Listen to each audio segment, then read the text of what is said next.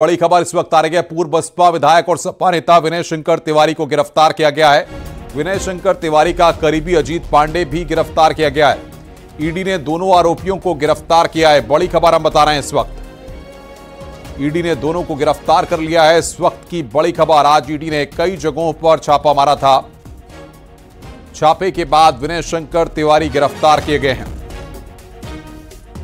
लखनऊ से इस वक्त की बड़ी खबर बता रहे हैं आपको, ब्रेकिंग न्यूज इस वक्त की। समाजवादी पार्टी के नेता विनय शंकर तिवारी गिरफ्तार किए गए हैं।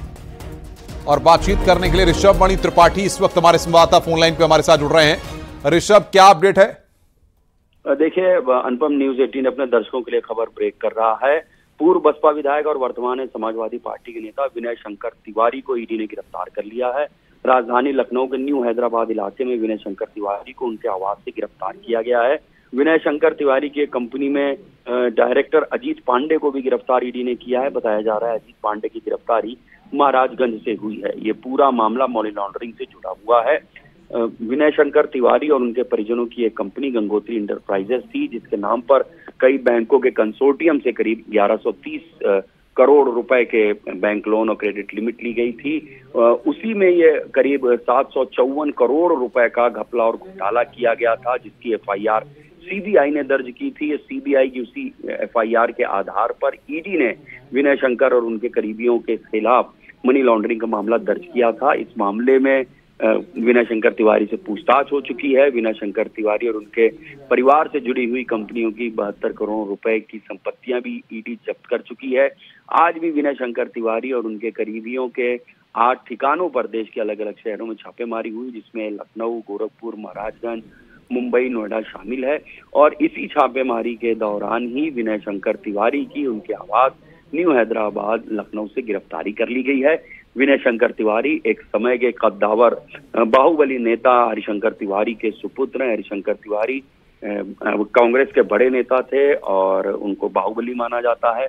उत्तर प्रदेश ऋषभ, लेकिन अगर बात करें अजीत पांडे की, तो क्या कनेक्शन जोड़ता नजर आ रहा है? किस तरीके से भूमिका यहां पर तय की जा रही है और क्या दोनों को बैठा करके भी आमने सामने पूछताछ हो सकती है?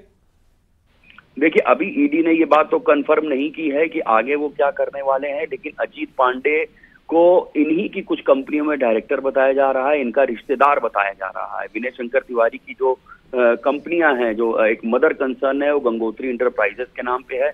लखनऊ के महानगर इलाके में उसका दफ्तर है और उसी से जुड़ी हुई कंपनियां कंदर्प कंस्ट्रक्शंस हैं और भी कई कंपनीज हैं। उसमें विनय शंकर तिवारी और उनके परिवार से जुड़े लोग ही अहम पदों पे हैं। कोई डायरेक्टर है, कोई एमडी है और उसी संदर्भ में ये गिरफ्तारी हुई है। सबसे पूछताछ की गई है। तमाम आपत्तिजनक कागजात बरामद हुए थे, जिसके बाद ईडी ने ये बड़ी कार्रवाई की है। और आगे भी, जैसा ईडी सोर्सेज ने कंफर्म किया है, कि विनय शंकर तिवारी को गिरफ्तार कर कोर्ट में पेश किया गया है और कोर्ट ने उनको जुडिशियल कस्टडी में जेल भेज दिया है। आने वाले समय में ईडी विनय शंकर तिवारी को अपनी कस्टडी रिमांड में लेगी। अजीत पांडे को भी जेल भेजने के बाद कस्टडी रिमांड में लिया जाएगा और ये माना जा रहा है विनय शंकर तिवारी और अजीत को आमने सामने बिठाकर पूछताछ कर सकती है ईडी।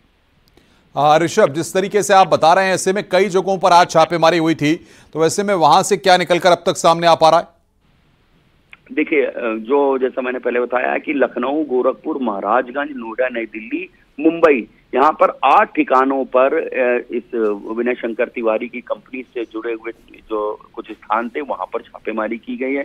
उसमें कुछ अहम दस्तावेज मिले हैं। पहले की छापेमारी और अभी तक की जांच में ईडी के पास जो दस्तावेज थे, उनको वेरीफाई किया गया है, उनको क्रॉस चेक किया गया है। विनय शंकर तिवारी जब उनमें तमाम ईडी के सवालों के संतोषजनक जवाब नहीं दे पाए हैं, तो मनी लॉन्ड्रिंग के मामले में विनय शंकर तिवारी की गिरफ्तारी कर ली गई है। और इन्हीं की बहुत बहुत शुक्रिया ऋषभ आपका हमारे साथ जुड़ने के लिए और बातचीत करने के लिए।